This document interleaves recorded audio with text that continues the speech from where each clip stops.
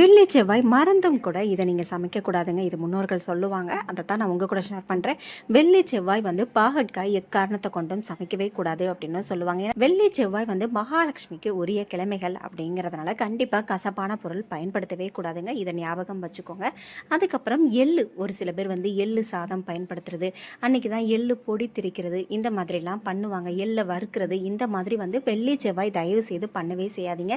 ஒரு சில பேர் இதெல்லாம் தெரியாமல் அதெல்லாம் ஒன்றும் இல்லை, அதாவது தனியாக இருக்கிற ஒரு சில பெண்கள், அதாவது மாமனார் மாமியார் இவங்க கூடலாம் இருக்கிறவங்க கண்டிப்பாக அதை சொல்லுவாங்க. ஒரு சில பேர் தனியாக இருக்கிறதுனால ஒரு சில பேருக்கு தெரிஞ்சிருக்கலாம், தெரியாததுனால நான் சொல்கிறேன். வெள்ளி செவ்வாய் எள்ளு எக்காரணத்தை கொண்டும் வறுக்கவே கூடாது, எள்ளு பயன்படுத்தவும் கூடாது. சனிக்கிழமை பயன்படுத்தும் போது அவங்களுக்கு சனி திசை நடக்கு அப்படின்னா கண்டிப்பாக அது கொஞ்சம் கொஞ்சமாக சரியாகும் எள்ளு பயன்படுத்தும் போதுன்னு சொல்லுவாங்க.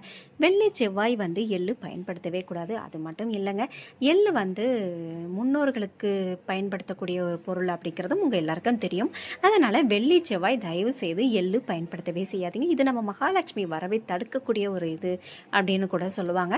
முடிஞ்ச வரைக்கும் வெள்ளிக்கிழமை நெய் அதிகமாக பயன்படுத்துங்க. நீங்கள் சாதத்தோட நெய் சேர்த்து சாப்பிட்றது, அதுக்கப்புறம் நெய் தீபம் வீட்டில் ஏற்றுறது, குழந்தைகளுக்கு நெய் சாதம் பண்ணி கொடுக்கறது, இது எல்லாமே வெள்ளி செவ்வாய் இந்த மாதிரி பண்ணுங்கள்.